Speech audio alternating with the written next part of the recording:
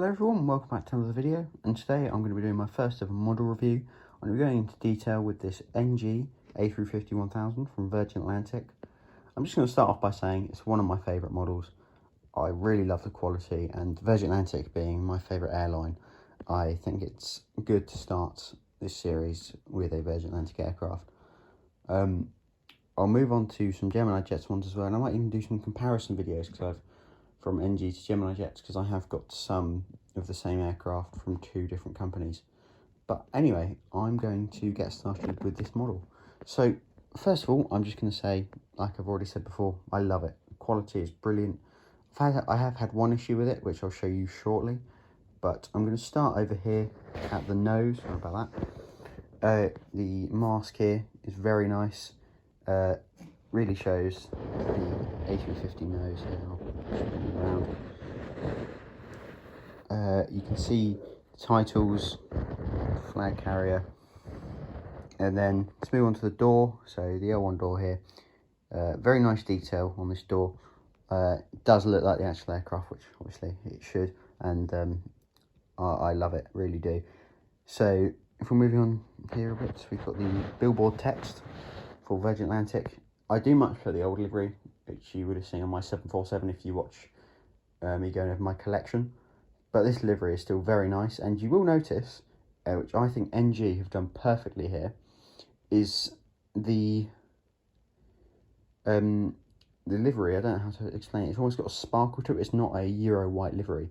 So if I bring in, say, the Lufthansa A340, and I put them together, you can see the Virgin livery is sparkly almost, and that is how the actual aircraft are. But you can see here it really contrasts with the Lufthansa's Euro white livery.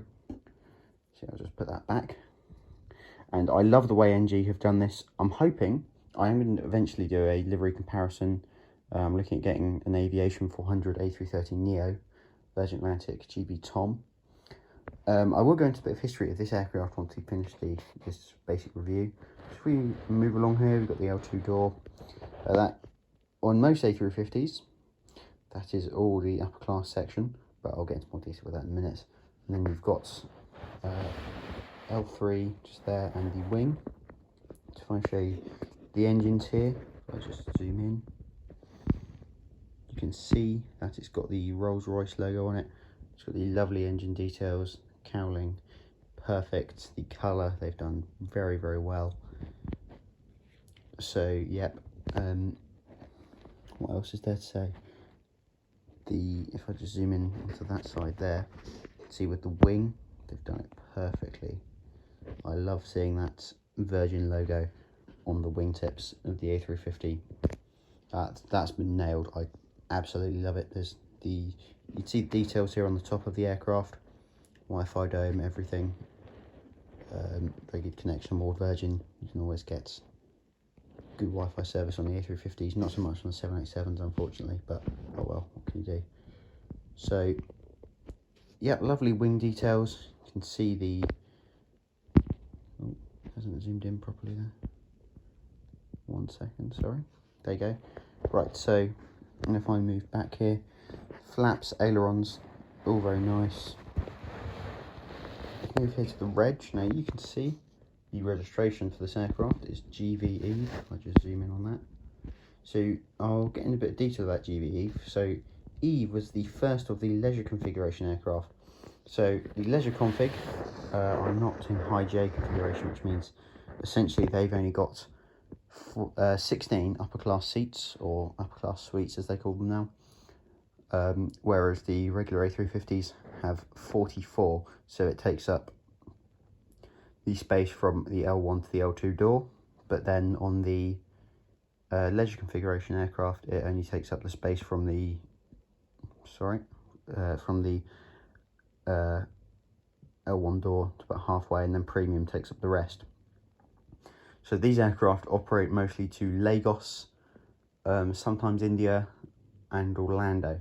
So when there is the VS91 and VS135 in the summer, at the moment it's only the 91 and it's on a 330-300, but when they do the 91 and the 135 to Orlando, it is usually on two of these A350s from Heathrow, and then one from Manchester, and sometimes one from Edinburgh as well, so you can see up to 4. Nothing like the old 747-400s. You could sometimes see 6 of them in Orlando at the time, and that was lovely. But yep, overall, this is a very, very nice model. Get into more detail about the leisure configuration. Actually, the economy section takes up L2 to L3 and then L3 to L4, so that gives you a huge economy section of the aircraft. I believe it has almost 400 seats. It's 390, I believe. I think that's right, but don't hold me to that. But overall, I love the detail on this aircraft. Now, I did say earlier that there was an issue with it, and this issue won't happen with your model if you decide to get this, but the issue I've had, if I pick it up here, is, as you can see, the landing gear here, a bit of it's come off. Now, I do love the quality of NG's landing gear. Unfortunately, this coming off, it does make the model look a bit odd, and I'm going to have to glue it so I won't be able to roll, but that doesn't really matter. Now, I've never had a problem with an NG model. It's a shame it happened to this one. This is one of my favourites. Yeah, not much else to say. I have still got the landing gear from it, but I decided it was best to leave it off, or otherwise I'll lose it, because I've got a few models that the only problem I have with them are the loose landing gear, such as the Delta A321neo by Panda models. But yeah, that's all I've really got to say about this aircraft. It's very, very nice. Obviously, I've only got the one problem with it. Hopefully, at some point, I'll be able to do a Virgin Atlantic comparison to see who does the livery best. I think it'll be NG or Aviation 400. Gemini jets, they do it relatively well, and there are some differences on the actual aircraft, so I don't know if they're just accounting for that, but it does look a bit off for the Gemini jets ones. But anyway, that's all I've got. Thank you for watching. If you enjoyed this video, I will probably make another one of these today. And yeah, thank you very much. Goodbye.